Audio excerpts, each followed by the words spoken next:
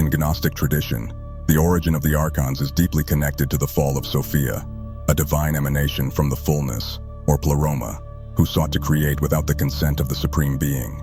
Sophia, who represents wisdom, tried to act on her own, and her mistake resulted in the birth of the Demiurge, an entity that did not possess full spiritual knowledge. This being, known as Yaldabaoth, emerges as an imperfect creation, reflecting the tragedy of its origin. Yaldabaoth, consumed by pride and ignorance, decides to create a physical world. This material universe is seen by the Gnostics as a prison, a distorted reflection of the higher spiritual realm. Although the Demiurge sees himself as the only god, he is unaware of the spiritual world above him. In reality, he acts as a blinded entity, believing he is at the top of creation, when in fact, he is involved in a cosmic deception. It was in this scenario of error and deceit that the Archons arose. These beings are described as the Demiurge's helpers, created to help control and maintain order in the material cosmos. Each Archon has a specific function and is related to aspects of both the physical universe and human destiny. They were created to protect the Demiurge's domain and ensure that human souls remain trapped in the cycle of matter. The Gnostics believed that these malevolent beings ruled different spheres of the cosmos, each representing a spiritual barrier. These barriers were seen as obstacles that human souls needed to overcome to return to the true spiritual realm. The Archons, therefore, not only imprisoned souls, but also kept them in ignorance, feeding them illusions about the reality of the physical world. Throughout the Gnostic texts, we find various descriptions of how the Archons try to maintain their control. They are often described as grotesque and animalistic beings, representing their bestial and demonic nature. Their distorted forms reflect the chaos they spread throughout the cosmos. Furthermore, their actions are always aimed at strengthening the Demiurge's dominion, perpetuating the cosmic deception in which humanity is trapped. This Gnostic view of the creation of the Archons arises as an attempt to explain the evil and suffering in the world. For the Gnostics, the material universe is not only imperfect, but is the result of a fundamental spiritual error. The Archons are thus agents of this error, responsible for keeping humanity in a state of spiritual blindness. And the only way to escape this prison is through knowledge. Gnosis. The Demiurge, in Gnostic theology, is a key figure, being seen as the creator of the material universe, but not a benevolent creator. He is an ignorant and narcissistic being who, in creating the physical cosmos, aims to dominate and imprison the divine sparks present in humanity. His name, Yaldabaoth, means son of chaos, a direct indication of his disordered nature and distance from spiritual harmony. Although the Demiurge is responsible for creating the world, he does not act alone. He surrounds himself with the Archons, who are described as his assistants or even his creations.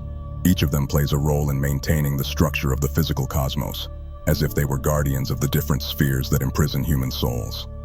These Archons help the Demiurge reinforce his illusion of being the only god, controlling the deepest aspects of material life. For the Gnostics, the world created by the Demiurge is essentially a poorly made copy of the true spiritual realm. They saw physical reality as a distortion, a shadow of what it was truly meant to be. The Demiurge, without full knowledge of true divinity, creates a universe that reflects his own ignorance and arrogance.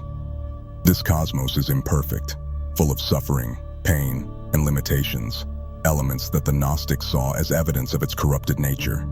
The Archons, in turn, act as rulers of this imperfect universe. They exert power over human bodies and influence the destiny of souls.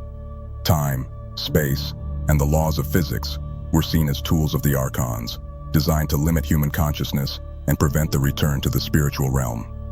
Everything in the physical universe, from the movement of the planets to human emotions, was shaped to keep souls trapped in a cycle of reincarnation and ignorance. Yaldabaoth, in his arrogance, proclaims himself to be the only true god. However, a voice from the fullness responds, disproving his declaration and revealing that there is a higher truth above him. This moment is crucial in Gnostic mythology, as it marks the first crack in the Demiurge's dominion. From this event, some human souls begin to awaken to the truth, realizing that the world around them is a prison and that something much greater and more sublime exists beyond the physical limitations. Thus, the role of the Demiurge and his Archons is central to the Gnostic explanation of evil in the world. They are responsible for creating an imperfect cosmos and for maintaining the illusions that prevent souls from liberating themselves. For the Gnostics, true salvation does not lie in improving the material world, but in transcending it completely. According to Gnostic thought, the Archons have a very clear function. They are the guardians of the material cosmos, responsible for keeping human souls bound to the illusion of physical reality. Each of these beings has a specific role within the cosmic structure, governing different spheres and aspects of the universe. In a way, they are like the administrators of the Demiurge's realm, ensuring that his power and control over the world remain unshaken. The structure of the Gnostic cosmos is divided into several layers or spheres, and the Archons occupy the spheres closest to Earth, acting as a barrier between the material world and the higher spiritual realm. Each of these spheres represents an obstacle that the soul must overcome to reach true enlightenment. These barriers, created by the Archons, are both physical and spiritual, representing the limitations we face in daily life: time, space, destiny, and even our emotions. These cosmic rulers are not only distant beings, but directly influence human life.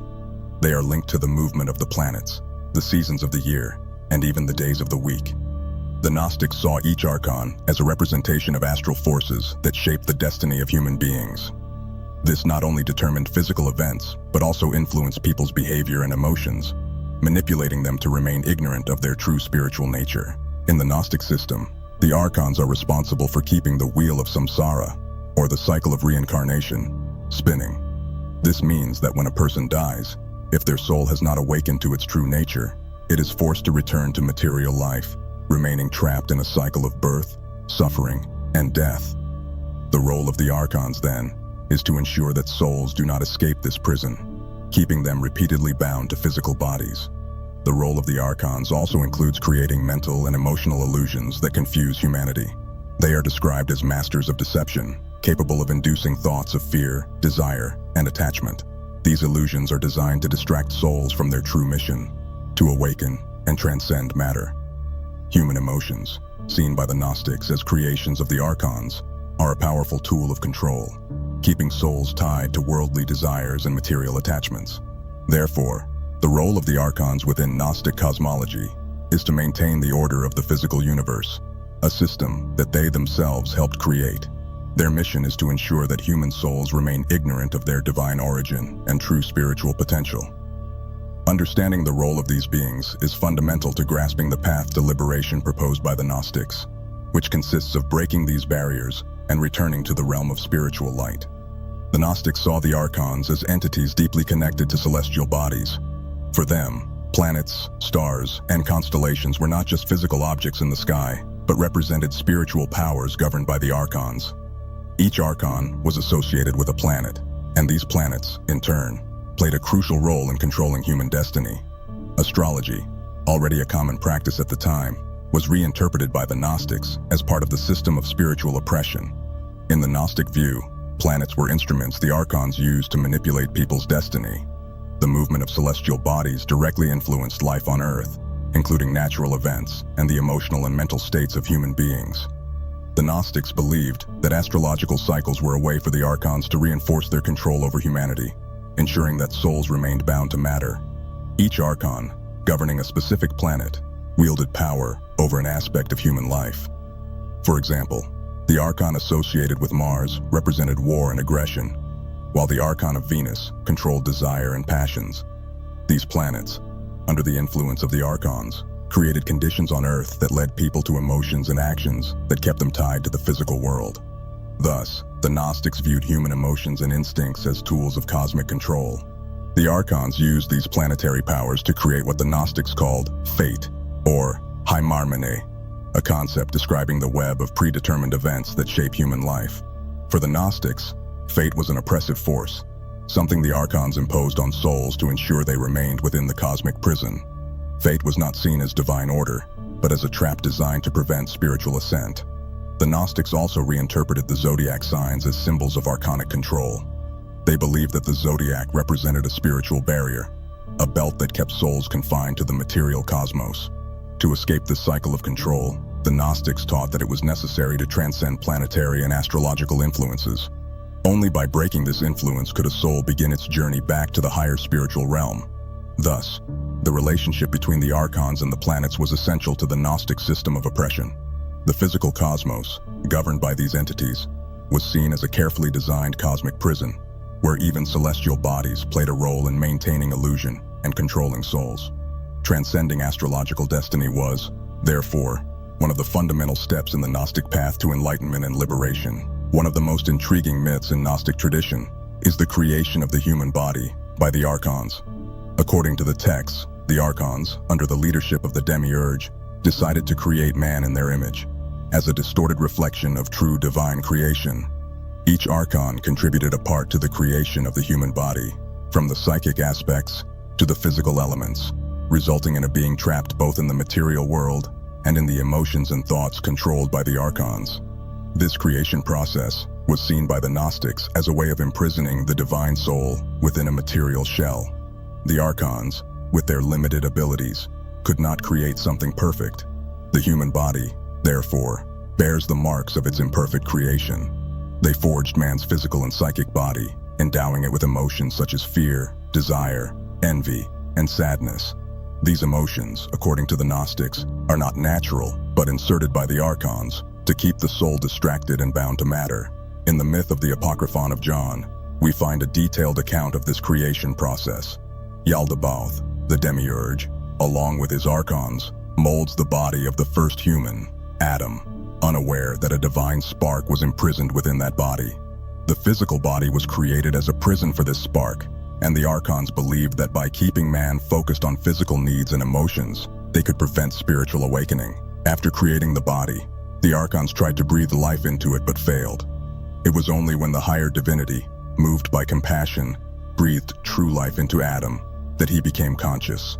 However, even with this spark of divine life, the body created by the Archons still kept Adam bound to the material world. This duality, the divine spark within a body created by the Archons, is the core of the human condition, according to Gnosticism. The body, therefore, was not seen as a divine gift, but as a trap designed to keep the soul captive. Every part of the physical and psychic body was connected to an Archon, meaning that by yielding to the desires and impulses of the body, the soul was submitting to the control of these beings. Bodily needs, such as hunger, thirst, sleep, and desire were viewed as the means by which the Archons kept souls distracted and away from spiritual self-knowledge. For the Gnostics, the awakening of the soul meant recognizing this prison and beginning the process of liberation. The human body, while necessary for material existence, was a barrier that needed to be overcome. Transcending physical and emotional needs and recognizing the divine spark within oneself was the key to spiritual liberation and the escape from the Archon's domain. Within Gnostic cosmology, the idea of a divine spark trapped in the human being is central to understanding the human condition and the spiritual struggle that each soul must endure. According to the Gnostics, the true self is not the physical or psychic body, but a divine part, hidden like a spark of light within each human being. This spark comes from the higher spiritual realm and is what connects the human being to the supreme divinity. The soul, or this divine spark, was implanted by the divinity as an act of compassion, in the hope that one day it could awaken and escape the dominion of the Demiurge and the Archons. However, to prevent this, the Archons created the physical body and emotional barriers that obscure this inner light. The human condition, then, is described as a constant battle between the divine spark, which seeks to return to the pleroma, and the Archons, who want to keep it bound to the material world. This spark, according to the Gnostics, is what makes human beings feel, on some level, that something is wrong with the material world. It is why many feel dissatisfied with everyday life, as if they are in a place that is not their true home. For the Gnostics, this sense of alienation is a sign that the soul is beginning to awaken, realizing that the physical cosmos is a prison and that its true home is in the spiritual realm. However, this divine spark is wrapped in layers of illusions and desires imposed by the Archons. The process of Gnostic enlightenment involves tearing away these layers, removing the illusions that keep the soul trapped in the body and the material world. The Gnostics believed that through spiritual knowledge, gnosis, the soul could begin to recognize its true divine nature and start its journey back to the pleroma. The awakening of this spark is the first step to Gnostic salvation. Once the soul recognizes its divine nature, it must learn to resist the influences of the Archons. This includes overcoming material desires and attachments, as well as the negative emotions that the Archons create to confuse the human mind. The process of liberation is slow and demanding, but it is the only way to escape the cosmic prison. The divine spark, then, is what defines the human being in the Gnostic system. Despite all the Archons' attempts to imprison it, this inner light always seeks to return to its origin. The role of spiritual knowledge is to guide this spark back to its original state of unity with the divine, breaking the chains imposed by matter and achieving true spiritual freedom. The Archons, according to Gnosticism, use various strategies to keep humanity trapped in the illusion of the physical cosmos. Their main objective is to ensure that souls remain in the cycle of reincarnation and do not awaken to their true divine nature. One of the primary ways to do this is through the creation of illusions that distort the perception of reality. For the Gnostics, what we see around us is just a facade projected by the Archons to keep our souls asleep. These illusions are both material and emotional. On the material level, the Archons control the physical world, creating natural laws and phenomena that make us believe that reality is everything we can see and touch. From the movement of the planets to the cycles of nature, everything is designed to reinforce the idea that we are irrevocably tied to the material cosmos. However, for the Gnostics, this is only part of the deception. On the emotional level, the Archons wield even more power. They introduced into human beings a series of emotions and desires that keep souls focused on worldly concerns. Anger, fear, envy, and desire are seen as tools the Archons use to confuse human minds. By inciting these emotions, they manage to distract the soul, making it believe that its feelings and material desires are real and important. The love of pleasure is also a powerful weapon in the hands of the Archons. By keeping humans focused on seeking sensory satisfaction, whether through food, sex, power, or any other form of pleasure, the Archons manage to keep the soul captive, preventing it from seeking spiritual truth. Pleasure, according to the Gnostics, is a form of emotional slavery that keeps the soul tied to the body and the physical world. Additionally, the Archons control the human mind through the concept of fate. They create the illusion that our lives are predestined to follow certain paths and that we are powerless to escape these forces. This fate, or hymarmony, is another form of control, a way to make the soul believe that it has no choice but to follow the ways of the material world. Thus, the most effective method of the Archons is to keep the soul in a state of ignorance. They create distractions and illusions so that the soul never has the time or space to awaken to its true nature. Only by recognizing these illusions and resisting the desires and emotions created by the Archons can the soul begin the process of liberation and return to the higher spiritual realm. Although the figure of Jesus Christ is central in various forms of Christianity, in Gnosticism, he takes on a different and much more mystical role. For the Gnostics, Jesus was not just a prophet or savior who came to the physical world, but rather a divine entity sent from the higher spiritual realm to reveal the truth about the cosmos. He was seen as a messenger, a being who brought the knowledge, gnosis, necessary to free human souls from the cosmic prison. In the Gnostic view, Jesus was not born physically in the way described in traditional Gospels. Instead, he descended from the higher realms as a spiritual light that temporarily took physical form to fulfill his mission. The incarnation of Jesus, then, is not seen as an act of sacrifice, but as a way to introduce the knowledge necessary for the salvation of souls. For the Gnostics, Jesus' crucifixion and resurrection were of less literal importance and more spiritual symbolism.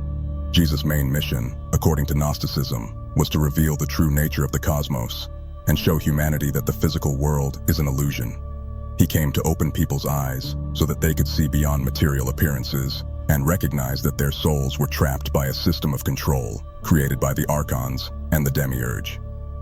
This knowledge, once understood, could free souls from the cycle of reincarnation. Unlike Orthodox Christianity, where Jesus is the only path to salvation, the Gnostics believed that Jesus was more of a guide than a savior. He did not come to redeem humanity's sins, but to teach the path of self-discovery and spiritual awakening.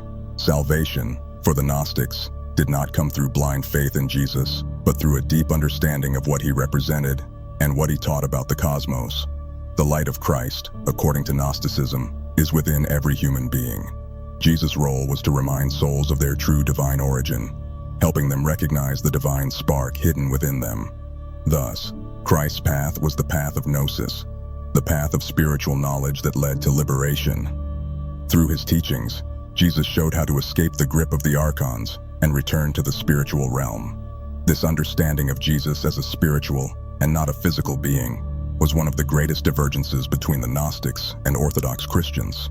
While the traditional church emphasized Jesus' human nature and his physical resurrection, the Gnostics saw all this as allegories for spiritual awakening. For them, the true teaching of Christ was hidden under layers of metaphors and needed to be interpreted correctly to free souls from cosmic bondage. Among the many Archons mentioned in Gnostic literature, Sabaoth stands out for his unique story of redemption. While most Archons are portrayed as faithful servants of the Demiurge, Sabaoth plays a peculiar role as he rebels against his creator. His rebellion occurs when he witnesses the truth about Yaldabaoth's deceptive nature and decides to turn against him. According to the Apocryphon of John, Sabaoth's rebellion happens after he witnesses the moment when the Demiurge, in his arrogance, declares that he is the only God. When Yaldabaoth proclaims, "I am God, and there is no one else besides me," a higher voice from the spiritual realm rebukes him. This voice, which comes from the Pleroma, makes Sabaoth realize that Yaldabaoth is not, in fact, the true creator. Moved by this revelation, Sabaoth rejects Yaldabaoth's authority and turns toward the higher spiritual realm. As a reward for his rebellion, he is elevated to the 8th heaven, where he assumes a position of prominence in the cosmos. This act of rebellion is seen as a crucial moment in Gnostic cosmology, as Sabaoth, unlike the other Archons, recognizes the falseness of the Demiurge and seeks spiritual truth. In the 8th heaven, Sabaoth receives a throne of glory and is blessed with the power to rule over angels and seraphim. He is also accompanied by the feminine divinity Zoe, who represents spiritual life. With his new power, Sabaoth takes on a benevolent role, acting as a force of resistance against the Demiurge's dominion and the other Archons. He becomes an important figure for those seeking spiritual liberation. Sabaoth's story brings an important nuance to Gnosticism. While most Archons are seen as evil and ignorant creatures, Sabaoth represents the possibility of redemption, even for beings far removed from the spiritual realm. His rebellion suggests that not all Archons are beyond salvation, and that the search for truth can happen at any level of existence, even among those created by the Demiurge. Sabaoth is also associated with the figure of Jesus Christ in some Gnostic texts, such as On the Origin of the World, where he is portrayed as the creator of Christ. This connection with Christ further strengthens his role as a redeemer, someone who, despite his origin as an Archon, chooses spiritual light and becomes an ally in the struggle for the liberation of human souls. His story serves as a reminder that spiritual truth can be found even in the depths of material illusion. Gnostic salvation is fundamentally different from the salvation preached by Orthodox Christianity. For the Gnostics, salvation was not achieved through rituals or faith in religious dogmas, but through knowledge, or gnosis, that allowed souls to recognize their true divine nature and transcend the physical cosmos. The ultimate goal of the Gnostic spiritual journey was to overcome the barriers imposed by the Archons and escape the cosmic prison. The process of salvation began with the soul's awakening to the reality that the physical world is an illusion, a trap created by the Demiurge and his Archons. This awakening did not happen suddenly, but was the result of a conscious effort to seek spiritual truth. The Gnostics taught that deep knowledge of the soul's divine origin and the illusory nature of the physical world was the first step to liberation. Once the soul began to awaken, it needed to overcome the barriers imposed by the Archons. This involved resisting the temptations of the body and mind, such as desires and emotions that kept the soul tied to the material world. The Archons used these tools to keep souls distracted and unable to perceive the true nature of reality. Overcoming these influences was essential to advancing on the spiritual path.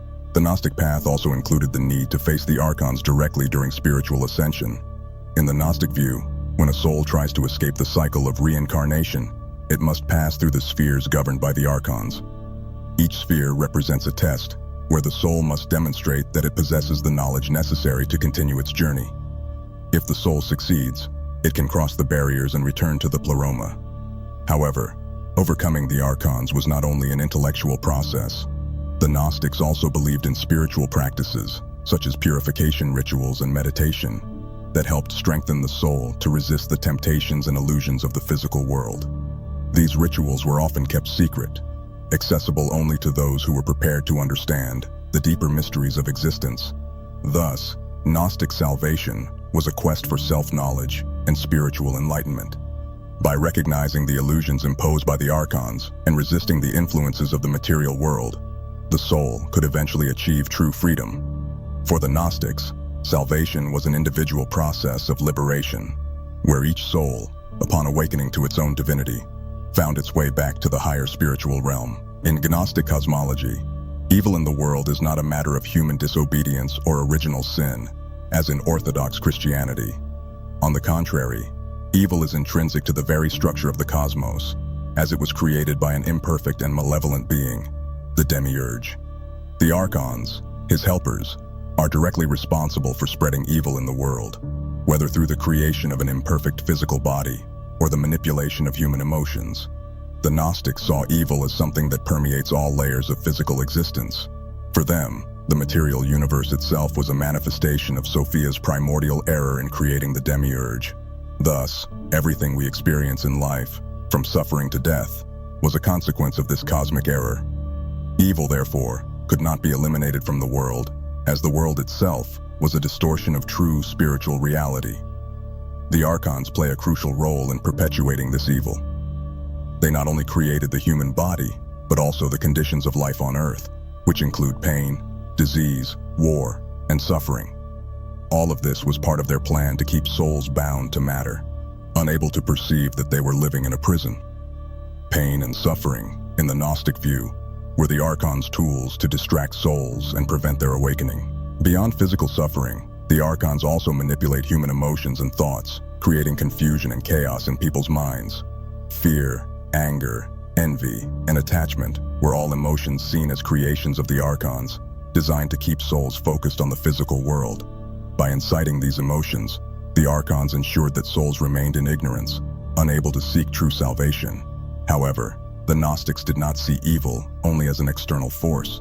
They believed that evil was also within each human being, in the form of the physical body and carnal desires. The body, created by the Archons, was seen as a prison, and human emotions were the chains that kept the soul captive. Thus, the battle against evil was not only against external forces, but also against the very desires and impulses that kept the soul bound to matter. The relationship between the Archons and the evil in the world is, therefore, a Gnostic explanation for the suffering and pain that everyone experiences. For the Gnostics, evil was not a divine punishment, but a natural consequence of living in a cosmos governed by corrupt and ignorant beings.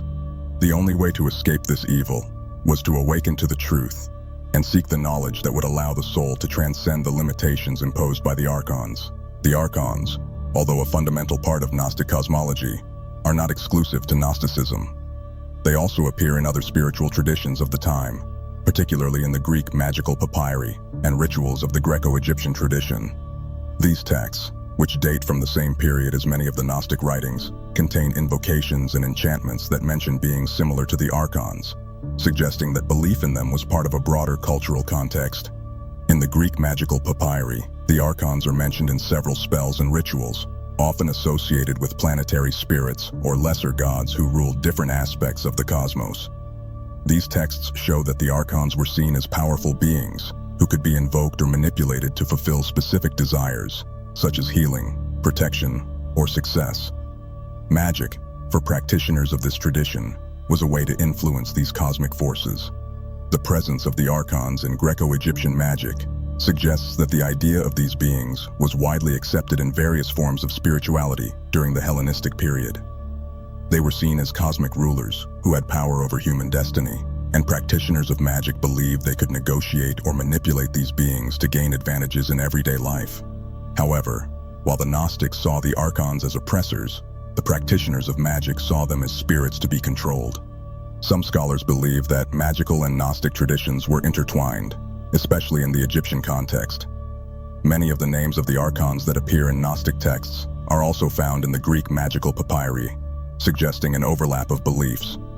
Furthermore, the purification and spiritual ascension rituals mentioned in Gnostic texts, such as baptism rituals, have clear parallels with Greco-Egyptian magical rituals. This connection between Gnosticism and magic raises interesting questions about the origin of the Archons and their function in different spiritual systems of the time. In Gnosticism, the Archons are evil beings to be overcome, but in magic, they can be manipulated to achieve earthly goals. This shows how ancient spirituality was multifaceted, and how the same spiritual figures could be interpreted in very different ways, depending on the religious or cultural context.